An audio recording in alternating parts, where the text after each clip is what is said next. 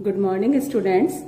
Previous lecture में हमने time dilation या काल वृद्धि काल विस्तारण का सैद्धांतिक और उसके बाद एक्सपेरिमेंटल प्रूफ देखा था, जिनसे कि काल वृद्धि का सत्यापन होता है। अब हम कुछ प्रॉब्लम्स या न्यूमेरिकल्स करेंगे। फर्स्ट प्रॉब्लम है, एक गतिशील घड़ी का वेग क्या होना चाहिए कि यह एक दिन में 1 मिनट सुस्त प्रतीत होने लगे। Calculate the velocity of a watch when it seems to be slowed down by 1 minute in 1 day. इसका मतलब हमें क्या दिया हुआ है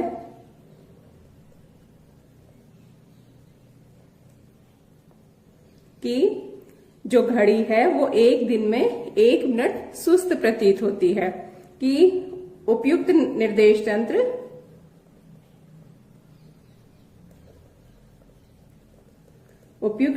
तंत्र में समय एक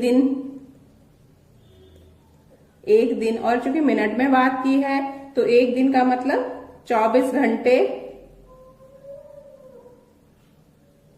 और 24 घंटे का मतलब 24 × 60 मिनट्स।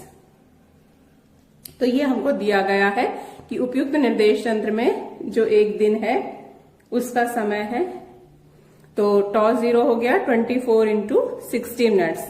जो दूसरी घड़ी है वो 1 मिनट सुस्त प्रतीत होती है, यानी वो जो टाइम है वो बढ़ा हुआ दिखाई देगा उसको।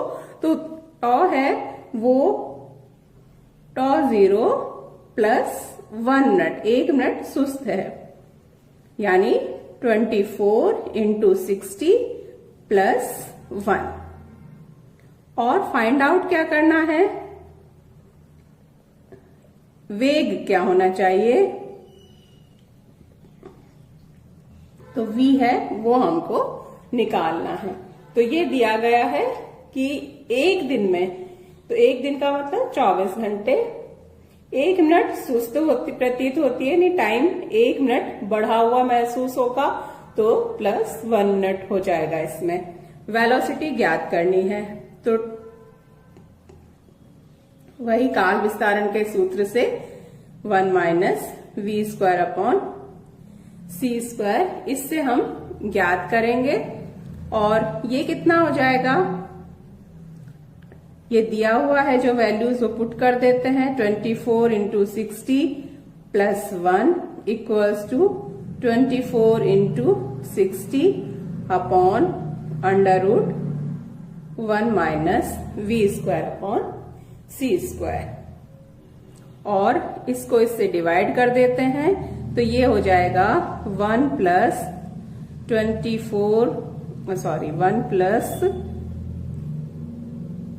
1 अपॉन 24 × 60 = 1 अपॉन √1 - v² c²। अब इसको सॉल्व कर लेते हैं। तो ये आया था हमारे पास 1 + 1 अपॉन 24 × 60 = 1 अपॉन √1 - v² c², या √1 - v² c² हो जाएगा 1 अपॉन 1 + 1 अपॉन 24 × 60। इसको इस तरह से भी लिख सकते हैं 1 अपॉन, ये पावर माइनस में चली जाएगी, ऊपर लेंगे तो -1। अभी √ हटा देते हैं, स्क्वायर कर देते हैं दोनों तरफ का, तो 1 - v² c² = 1 + 24 × 60 की पावर हो गई -2। बाइनोमियल एक्सपेंशन द्विपद प्रमेय का यूज कर लेते हैं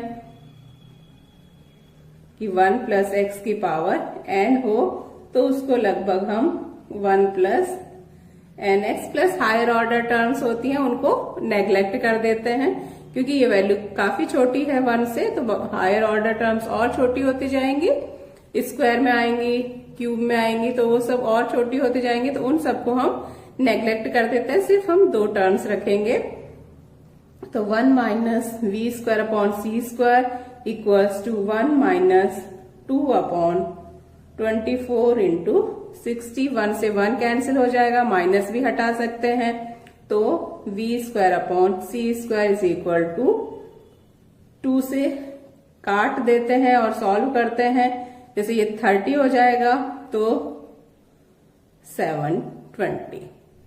तो v square upon c square equals to, इसका मतलब हुआ v अपॉन सी है वो √1 अपॉन 720 के।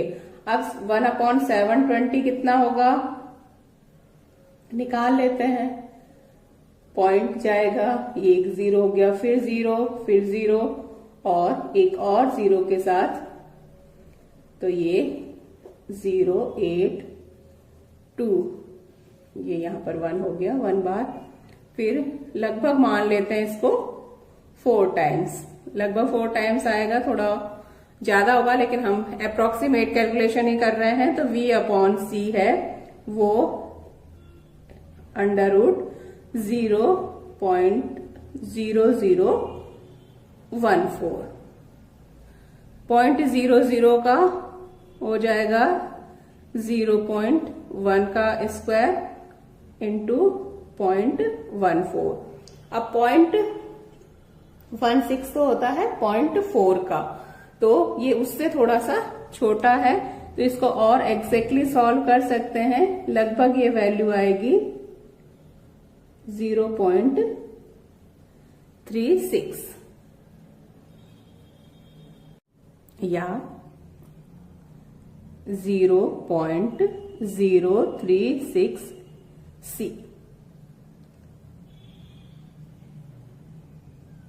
तो ये इस वेलोसिटी से मूव करेगी, चाहे तो हम c की वैल्यू पुट कर देते हैं कि 3 × 10⁸8 मीटर पर सेकेंड। तो अगर उस तरह से सॉल्व करें तो ये हो जाएगा 0.036 इंटू 3 इंटू 10⁸8 और लगभग ये आएगा 0.1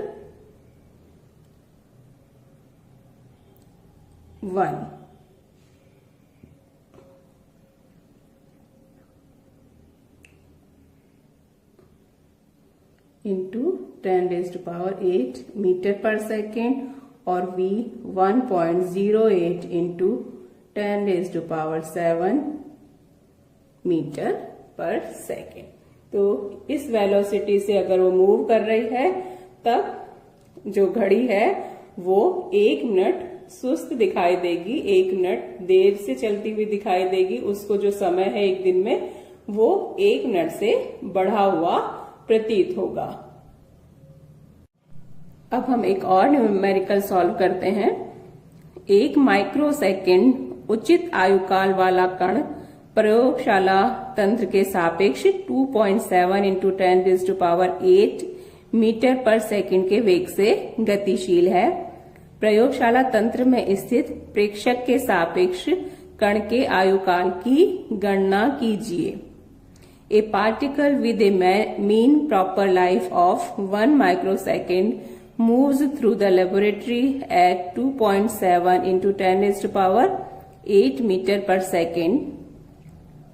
What will be its lifetime as measured by observer in the laboratory? तो अब हम इसको सॉल्व करते हैं।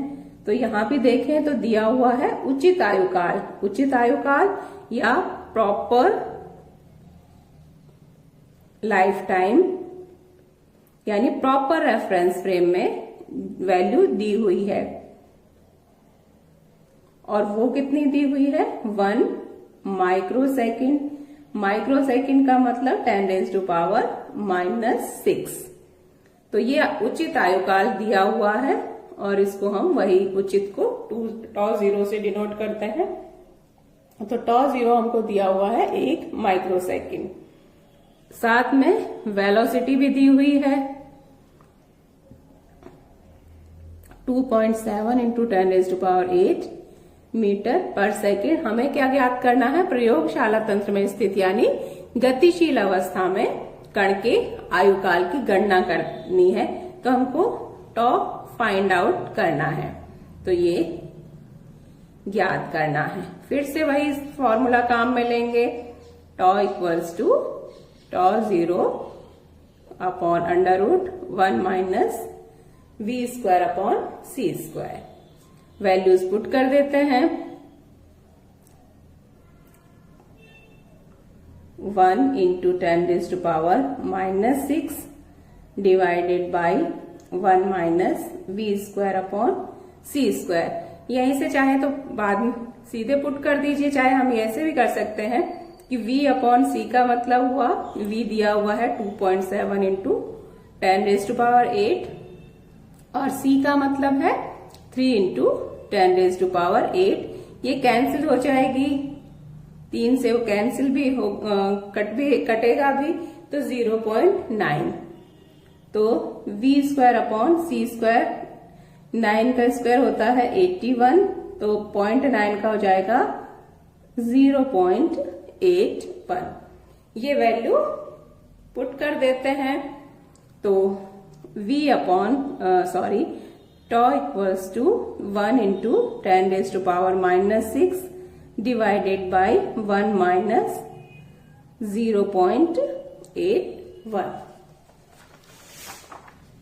और tau equals to 1 into 10⁻⁻6, 1 minus 0.81 आएगा 0.19। फिर से चाहे तो हम एग्जैक्ट निकाल सकते हैं कि 19 का होगा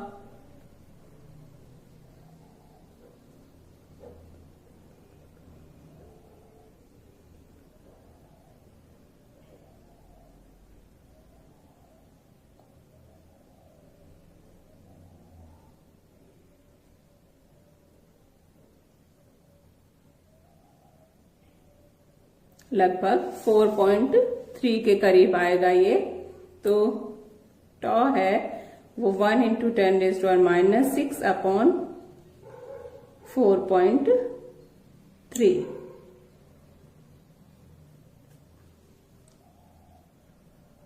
तो ये 1/4 होता है 25 के करीब, ये उससे थोड़ा सा कम आएगा। फिर से एग्जैक्ट चाहे निकाल लीजिए, ये वैल्यू लगभग 2.16 इंटू 10⁻⁻6 सेकेंड और टॉ इक्वल्स टू 10⁻⁻6 सेकेंड को फिर से माइक्रो सेकेंड लिख सकते हैं। तो प्रयोगशाला निर्देश तंत्र में जिसका जो पिंड है वो 2.16 माइक्रो सेकेंड से गति करता हुआ, उसका जो समय है वो 2.16 माइक्रो सेकेंड दिखाई देगा। कुछ और प्रॉब्लम्स हम नेक्स्ट लेक्चर में करेंगे।